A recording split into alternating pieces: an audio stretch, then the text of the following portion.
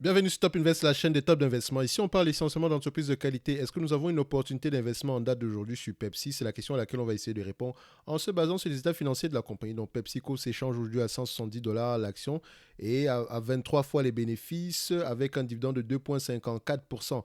Donc, on a déjà parlé de cette entreprise ici sur cette chaîne, donc au mois de janvier 2022, donc en début d'année ici, on a fait une vidéo sur Pepsi. Donc, quand je dis on, j'ai fait une vidéo sur Pepsi et la conclusion était simple. Pepsi était à 175 $ et là, on avait utilisé ici pour l'évaluation la valeur d'entreprise chez EBITDA pour analyser cette compagnie ici. Donc, moi, j'étais tombé sur une valorisation aux alentours de 114 $ par là, alors que Pepsi était aux alentours de 175. Donc, disons 6 mois plus tard, est-ce que mon raisonnement va changer? Parce que Pepsi a connu une période exceptionnelle, une année exceptionnelle également. Donc, enfin, elle prévoit même terminer cette année également avec à peu près une croissance de plus de 5%, ce qu'elle n'a plus connu depuis plusieurs années. Donc, vous savez que notre analyse légèrement ici est basée sur le revenu, la croissance du revenu, le free cash flow moyen, le PER moyen, voilà, le nombre d'actions, la dette nette ainsi que le dividende si dividende IA et la qualité de dividende entre parenthèses si dividende IA. Donc ici, pour le revenu, je vais déjà aller regarder ce que Pepsi a fait sur les 10 dernières années. On constate ici que sur les 10 dernières années, on a 1,80% de croissance. Sur les 5 dernières années, 4% de croissance. Sur les 3 dernières, 7% de croissance. Donc la croissance tend à accélérer. Pourquoi? C'est la question qui est la plus importante. Pourquoi est-ce que la croissance tend à accélérer subitement? Est-ce que le prix augmente? Auquel cas, si c'est le prix qui augmente, si c'est le prix des différents produits qui augmente, donc le pricing power, est-ce que les volumes augmentent également? Il faut faire attention. Est-ce qu'on a de nouveaux débouchés? Est-ce que c'est par rapport à l'innovation? D'accord? C'est très important de savoir pourquoi est-ce que le revenu augmente. Parce qu'il ne suffit juste pas de se dire que ça augmente depuis telle année et c'est correct. Non, on veut savoir pourquoi. Parce que si on sait pourquoi, on pourrait également savoir si cette croissance-là est qualitative. D'accord? Donc, ça peut également être dû par rapport aux acquisitions. Donc ici, je constate que nous avons sur le dernier trimestre, nous avons 9% de croissance. Donc elle accélère, la croissance est de plus en plus élevée. Donc nous maintenant, comment est-ce qu'on fait? Alors, je vais dans les rapports financiers ici, je regarde les guidance, donc les prévisions du management. Le management pense ici qu'ils auront une prévision à peu près de 6,63%, 6,63 $ par action. D'accord? Ils pensent avoir 6,63 $ par action. Actuellement, ici, on a à peu près 1 milliard 383 millions d'actions. Donc, ici, si on fait 6,63 multiplié par 1 milliard 383 millions d'actions, donc on peut revoir cette information-là ici, 1 milliard 383 à ce niveau-ci. Ça nous donne combien ici? Ça nous donne à peu près 9 milliards 169. Donc on va l'arrondir ici à 9 milliards 170. Ça, ce sont nos free cash flow sans croissance. Donc je ne vais pas passer directement par le revenu, je vais passer directement par la croissance actuelle, donc par le free cash flow actuel, donc pas en termes de pourcentage. Donc on met ici 1 milliard 170. Je l'arrondis. Alors, je peux également aller regarder par rapport aux analyses. Qu'est-ce que les analystes disent par rapport à cette année-ci? Ils disent que d'ici la fin de l'année, on sera à peu près à quelque chose comme de 82 milliards 690 pour le revenu. Donc, si on prend le 1 milliard, le 9 milliards 169 ici divisé par 82 milliards 690 ici, on arrive plutôt à 11% en termes de marge de free cash flow. Quand on regarde la moyenne ici des marges de free cash flow ici, donc on va d'abord regarder la marge nette ici. Donc les marges nettes sont aux alentours à peu près à ce niveau-ci, aux alentours de 10% par là, 10%. Ici, quand on regarde au niveau de Morningstar, on voit ici que les marges nettes sur les 5 dernières années, nous avons combien? Donc Morningstar, ici, Operating Efficiency. Donc sur les 5 dernières années, on a 11,52%, mais attention, on a 19% ici. Donc ça, c'est pas normal. Par exemple, quand on regarde ici cette période-ci, on est plutôt aux alentours de 10%, 10,5% par là. Donc quand on regarde les free cash flow ici, les free cash flow sont aux alentours de 10% par là. Donc alors, on se dirait même à la limite 9%, d'accord? Donc, qu'est-ce qu'on doit prendre entre les deux? Le dilemme est là. Donc, en prenant 11% ici, je suis très optimiste. C'est la raison pour laquelle je suis passé directement par les prévisions du management. Mais il faut toujours les prendre avec des pincettes. L'entreprise connaît une année exceptionnelle, c'est également bien. Donc, on va prendre ici ce que les analystes pensent par rapport à la fin de l'année 2022. Donc, on prend la moyenne, hein, donc aux alentours de 82 milliards 690. Donc, on va prendre ici 82 milliards 690.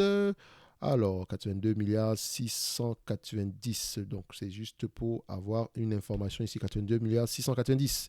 OK. Donc, croissance revenu zéro, même si je pense que la croissance sera aux alentours de 5 à 6% par là. Le management pense qu'on aura plus que ça, mais comme je vous l'ai dit, il faut également savoir pourquoi est-ce que la croissance est élevée. D'accord. Donc, moi ici, pour une entreprise qui a de la croissance, si je peux l'acheter en date d'aujourd'hui sans prendre en considération la croissance, si le prix est déjà correct, la croissance, ça sera juste que du bonus. D'accord. Donc, on va mettre croissance zéro. Le PER, vu que l'entreprise exerce dans un secteur d'activité, un segment d'activité qui est à peu près résistant c'est un secteur qui résiste généralement aux récessions. Donc voilà, des chips, un paquet de chips, même en période de récession, on va quand même l'acheter. Voilà, du soda, on va quand même en acheter. Peut-être pas plus que d'habitude, mais on va quand même en racheter.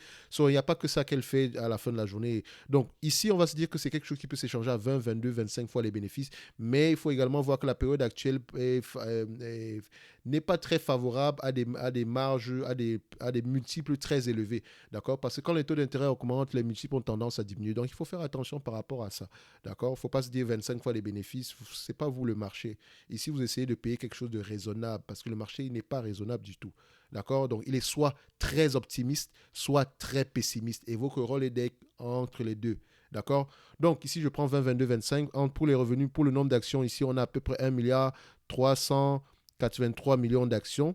Pour la dette nette ici, je prends la dette nette que Yahoo Finance nous donne. Donc, j'ai déjà vérifié ici dans les rapports financiers quelle est la dette nette actuelle. Donc, je pense que la dette nette que Yahoo Finance nous donne est à peu près correcte ici. Donc, on va regarder ici au niveau de la dette nette, quelle est l'information qu'on obtient. On a à peu près 33 milliards 488. Dans notre logiciel ici, il nous manque quoi? 29 milliards par là. Alors, qu'est-ce qu'on doit prendre entre les deux? Alors, je vais prendre celui qui est dans ce logiciel-ci à la fin de la journée. Parce que ici, quand je prends cette information-ci, c'est à peu près, il y a combien de différences? On va se dire à peu près 4 milliards de différence par là. Donc, ça va de revenir à peu près à 3 dollars l'action. Mais vu que je prends déjà des PER qui sont élevés, on va se dire que les deux s'annulent en fait. Donc, on va prendre 29 milliards ici, soit à la fin de la journée, c'est correct. Ça reste une estimation. Donc, ici, on prendra 29 milliards pour la dette. On va se dire, je vais le mettre ici à 30 milliards juste pour avoir un chiffre rond. Donc, la qualité de dividende, on va y revenir. Donc, ici, vu qu'on a déjà les free cash flow directement, 9 milliards 170, on va les mettre ici, 9 milliards 170. Et on va prendre nos PER 20, 22, 25. Donc 20 fois les bénéfices, 9 milliards 170, moins la dette nette divisée par le nombre d'actions, 111 dollars. Ici, 22 fois les bénéfices, 124 dollars. Et 25 fois les bénéfices, 144 dollars. D'accord. Donc ici, on se dira qu'au pire, on sera à 111 dollars. Au mieux, on sera à 144 dollars. Sans croissance du tout. D'accord. Et vous constatez ici que les analystes s'attendent à une croissance à peu près des revenus sur les années à venir. Le management également, on attend ici à peu près aux alentours de 7,23$ d'ici 2023 pour les PER, le bénéfice net par action. Donc on s'attend à 86 milliards pour le revenu. Donc ici, ça pourrait changer également. Donc on va se dire ici qu'au prix actuel, on est aux alentours de 170$ à l'action. Je ne dirais pas qu'on a une opportunité d'investissement waouh. D'accord. Parce que même si on prend en considération le revenu de l'année prochaine, hein, on va le faire ici rapidement, 7,23$ ici. Ça reste une prévision, ça pourrait se réaliser comme pas du tout. Donc, ils sont multipliés par le nombre d'actions, ça fait 9 milliards, à peu près 10 milliards ici, multiplié par 25 fois les bénéfices. Là, j'exagère parce que 25 fois les bénéfices, c'est trop. D'accord. Moins à peu près 30 milliards ici en date d'aujourd'hui. Je divise ici par le nombre d'actions qui est aux alentours de 1 milliard 383. On pourrait être aux alentours de 160$ l'action. Donc, c'est pour ça que je dis que le prix actuel sera toujours assez élevé. Donc, idéalement, idéalement, cette entreprise pourrait représenter une opportunité d'investissement si on pouvait avoir un prix aux alentours de 106$ l'action, ce qui représente à peu près une décote de 40% ici. Donc, ça, c'est personnellement, j'aimerais avoir plus que ça. D'accord.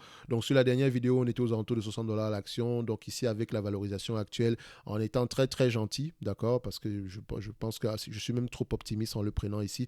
Donc, on va se dire que voilà, c'est une belle entreprise. Donc, aux alentours de 80-75$ par là, ça pourrait être correct. Ça pourrait être un bon prix d'entrée pour ceux qui sont trop pressés, qui veulent absolument posséder cette entreprise. Moi, je dirais que 106 à 110$ l'action, ça pourrait être correct également. Et voilà, pour ceux qui sont juste tellement impatients que tout prix est bon pour eux, je dirais que voilà, le prix actuel est juste OK. Il n'y a rien de tout, il y a rien de plus si pour vous. L'essentiel est juste d'avoir le dividende ici et que la performance du prix n'est pas importante pour vous.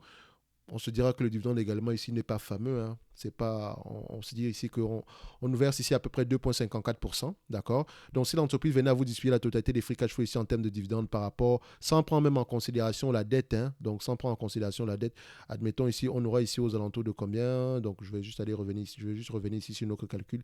On était à 9 milliards 170. On va faire ici 9,2 juste pour arrondir, divisé par la capitalisation boursière actuelle qui est aux alentours de 236 milliards ici. Donc, divisé par 236 milliards ici, ça nous revient ici à peu près à 4%. 3,9% ici. Donc ici, mais actuellement, on verse 2,54%. Donc voilà, il y a presque... c'est correct. Le dividende est safe. Mais voilà, ne vous attendez pas à avoir 3,9, à plus de 3,9%. D'accord? Donc, si on prend maintenant en considération la croissance, etc., on va se dire qu'OK, disons que d'ici 2023, on aura peut-être 10 milliards de revenus de free cash flow.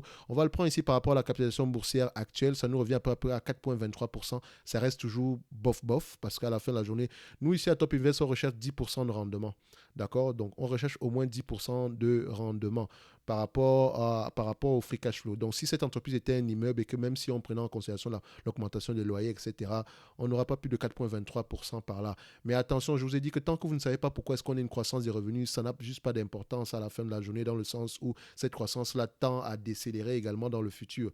D'accord? Donc, il faudrait également savoir pourquoi. Donc, je dis ici que celui qui a acheté ses actions de Pepsi aux alentours de 110 dollars l'action, 120 dollars l'action, le prix est juste correct, d'accord? Celui qui veut ancrer dans Pepsi en date d'aujourd'hui, moi je vous dirais, c'est pas exceptionnel. Il n'y a rien du tout d'exceptionnel là-dessus. Je pense que votre argent serait mieux investi dans une autre compagnie ici. D'accord? Par exemple, je pense à Dassault Systèmes, par exemple, on peut le dire comme ça, à Viva System, à Salesforce par là. Donc, je pense qu'il y a de meilleures opportunités sur le marché que d'investir dans Pepsi au prix actuel. Ceci n'est que mon avis. D'accord? Comme d'habitude, je ne donne aucun conseil d'investissement. D'accord? Donc, on va se donner rendez-vous sur la prochaine vidéo. Pour moi, comme je l'ai dit, récapitulatif, la valorisation de cette entreprise sera aux alentours de 144 dollars par là, sans prendre en considération la croissance. Si on prend en considération la croissance, on pourrait être aux alentours de 160 par là. Mais voilà, ça veut dire que le prix actuel est juste, voilà, c'est correct. D'accord? Donc, idéalement, on aimerait avoir un prix aux alentours de 111 dollars. Et sinon, à la fin de la journée, pour moi, personnellement, si j'étais obligé d'acheter cette entreprise, selon ce que moi je fais d'habitude quand j'essaie d'investir dans une compagnie ici, moi, aux alentours de 80 dollars l'action, ça va plutôt m'intéresser par là. Donc, la dernière vidéo qu'on avait fait, on s'était basé uniquement sur la valeur d'entreprise sur EBITDA. D'accord? Si on avait pris les PER, peut-être qu'on aurait eu un avis différent, mais ça ne s'éloigne pas, ça ne s'éloigne pas de ce qu'on avait précédemment, dans le sens où on aurait toujours considéré l'entreprise comme étant un tout petit peu surévaluée, donc ne représentant pas une opportunité d'investissement. Donc, ça ne change rien 6 mois plus tard. Voilà, notre valeur a à peu près changé, elle a un tout petit peu bougé. Soit à la fin de la journée, ça reste correct, mais ça ne représente toujours pas une opportunité d'investissement selon ce que nous, on recherche ici à Top Invest. D'accord? Donc, je dis une chose, le marché est vaste. Je dis bien vaste. Il y a des entreprises de meilleure qualité que Pepsi à la fin de la journée, peut-être même plus facile à comprendre. Donc, ici, soyez patient. Attendez les bonnes opportunités sur place. Faites vos devoirs en tant qu'investisseur. Même si Pepsi ne vous plaît pas, c'est une entreprise extraordinaire. D'accord? Si le prix est bon, on peut l'acheter. Mais sinon, à la fin de la journée, on reste observateur et on continue à faire nos recherches. Merci à vous. Au revoir.